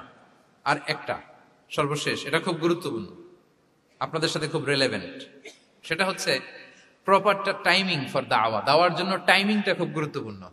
প্রপার টাইমে যদি দেন, ওটা ক্লিক করবে, ওটা স্পার্ক করবে। আর যদি সময় মতো না হয়, ওটা কাজ করবে না। প্রপার টাইমে প্রপার দাওয়াটা দিতে হয়, সঠিক সময়ের অপেক্ষা করা, যখন সেই সময়টা আসছে তখন দাওয়া দেওয়া। বুঝতে পেরেছেন না ব্যাপারটা? একটা ছোট্ট উদাহরণ দেই। এক ইহুদি কিশোর রাসূল সাল্লাল্লাহু আলাইহি ওয়াসাল্লামের খেদমত করত। ইহুদি কিশোর, কোন ধর্মের কিশোর বলেন তো? ইহুদি কিশোর। প্রায় আসতো রাসূল সাল্লাল্লাহু আলাইহি ওয়াসাল্লামের কাছে, আসতো রাসূল সাল্লাল্লাহু আলাইহি ওয়াসাল্লামের সেবা করত, কিন্তু তাকে কখনো রাসূল সাল্লাল্লাহু আলাইহি ওয়াসাল্লাম দিনের দাওয়াত দেন নাই। ছেলেটা ইহুদি, কিন্তু তার সামনে কখনো দিনের দাওয়াত তিনি দেন নাই। তো একদিন দেখে যে ওই ছেলে আসে না, লাগাতার এরকম কয়েকদিন যাবত ওই ছেলে আর আসে না। তখন রাসূল সাল্লাল্লাহু আলাইহি ওয়াসাল্লাম খোঁজ নিলেন যে কি হয়েছে। তখন রাসূল সাল্লাল্লাহু আলাইহি ওয়াসাল্লাম শুনতে পেলেন যে ছেলেটা অসুস্থ। ছেলেটা কি অসুস্থ? আল্লাহর হাবিব সাল্লাল্লাহু আলাইহি ওয়াসাল্লাম তার বাসায় গেলেন, যে দেখলেন যে ইহুদি ছেলেটা বিছানায় পড়ে কাতরাচ্ছে, পাশে ছেলেটার বাবা। রাসূল সাল্লাল্লাহু আলাইহি ওয়াসাল্লাম তার মাথায় হাত বুলিয়ে দিলেন, তার খোঁজ খবর নিলেন। এবার রাসূল সাল্লাল্লাহু আলাইহি ওয়াসাল্লাম বললেন, আসলিম, মানে ইসলাম ধর্ম গ্রহণ করো। ফানাযারা ইলা ওয়াজহি আবি, ইহুদি ছেলেটা তার বাবার চেহারার দিকে তাকালো, দেখে আব্বা কি বলে। বাবা যেহেতু দাঁড়ায় আছে, ফানাযারা ইলা ওয়াজহি আবি, বাবার চেহারার দিকে মুমূর্ষ ছেলেটা বাবার চেহারার দিকে তাকালো। তো বাবা বলল, আতি আবুল কাসিম, মানে আবুল কাসিম যা বলে তাই শোনো। রাসূল সাল্লাল্লাহু আলাইহি ওয়াসাল্লামের বড় ছেলের নাম ছিল কাসিম, ফলে ওনাকে আবুল কাসিম বলে মদিনাতে ডাকা হতো। আমাদেরও তো বড় ছেলে বা বড় মেয়ের নাম ধরে ডাকে না? ধরেন যে আপনার বড় ছেলের নাম আব্দুল্লাহ, তো আপনারা বলে আব্দুল্লাহর বাবা। রাসূল সাল্লাল্লাহু আলাইহি ওয়াসাল্লামকে মদিনায় বলা হতো কাসিমের বাবা। তো ছেলেটা যখন বাবার চেহারার দিকে তাকালো, বাবা বলল, আতি আবুল কাসিম, তুমি আবুল কাসিমের অনুসরণ করো, যা বলে তাই শোনো। ছেলেটা তখন পড়তে আরম্ভ করলো, আশহাদু আল্লা ইলাহা ইল্লাল্লাহ ওয়া আশহাদু আন্না মুহাম্মাদুর রাসূলুল্লাহ, মানে মুসলিম হয়ে গেল। রাসূল সাল্লাল্লাহু আলাইহি ওয়াসাল্লাম ইহুদিদের ঘর থেকে বের হয়ে আসলেন আর বললেন, আলহামদুলিল্লাহিল্লাযী আনকাযাহু মিনান নার, বুখারীর বর্ণনা। প্রশংসা সে আল্লাহ, যে আল্লাহ এই ছেলেটিকে জাহান্নাম থেকে মুক্তি দিয়ে জান্নাতি বানিয়ে নিল। দেখেন, রাসূল সাল্লাল্লাহু আলাইহি ওয়াসাল্লাম একটা প্রপার টাইমিং এর অপেক্ষা করতেছিলেন। এতদিন রাসূল সাল্লাল্লাহু আলাইহি ওয়াসাল্লামের ঘরে যে ইহুদি কিশোর খেদমত করে, কাজ করে দিয়ে আসে, একদিনও দাওয়াত দেয় না। রাসূল সাল্লাল্লাহু আলাইহি ওয়াসাল্লাম একটা ভালো সময় খুঁজতেছিলেন। শুরুতেই যদি দাওয়াত দেয়, ওই ছেলে আশাই বন্ধ করবে, ভাববে খাইছে, আমার তো ধর্মান্তরিত করতে চায়। ঠিক কিনা বলেন? যে আমার একটা ফেইথ আছে, সে তো আমার ফেইথ কেড়ে নিতে চায়, বা তার বাবাও ভয় পাবে। রাসূল সাল্লাল্লাহু আলাইহি ওয়াসাল্লাম যখন অনেকদিন তার সাথে মিশলেন, রাসূল সাল্লাল্লাহু আলাইহি ওয়াসাল্লামের ব্যক্তিত্ব, রাসূল সাল্লাল্লাহু আলাইহি ওয়াসাল্লামের কথা বার্তা, আচরণ, মানসিকতা সব দেখে যখন এই ইহুদি ছেলে, তার বাবা ইমপ্রেসড, এবং ছেলেটা শুয়ে আছে বিছানায় মুমূর্ষ, এই প্রপার একটা টাইমিং এর অপেক্ষায় রাসূল সাল্লাল্লাহু আলাইহি ওয়াসাল্লাম ছিলেন। যখনই সেই সময়টা এসেছে রাসূল সাল্লাল্লাহু আলাইহি ওয়াসাল্লাম দাওয়াত দিলেন, মুহূর্তের মধ্যে ক্লিক। আল্লাহু আকবার।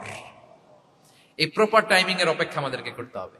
এই সুযোগটা কিন্তু আপনাদের আছে। আমি শুরুতেই বলেছি যে ডক্টর যারা, তাদের কাছে মানুষ কখন আসে? সুদিনকালে না দুর্দিনকালে? বলেন, তার বিপদ এর চেয়ে বড় বিপদ নাই। ক্যান্সার নিয়ে আসছে, ডায়াবেটিক্স নিয়ে আসছে, অসুস্থ, অসহায়, মানে ভাবখানা এমন, আপনি ছাড়া তার আর কোনো গতি নেই। ঠিক কিনা বলেন? এই প্রপার টাইমে যখন আপনি মনে করবেন যে now it's high time to give দাওয়া, জাস্ট ডু ইট। যখন মনে করবেন যে না এখন একটা সুন্দর সময়, এখন বললে এটা কাজে দিবে, ওই সময়টাকে আপনি কাজে লাগান। তাহলে দাওয়া মেথোডোলজি সর্বশেষ পয়েন্ট হচ্ছে প্রপার টাইমিং ফর দাওয়া। যখন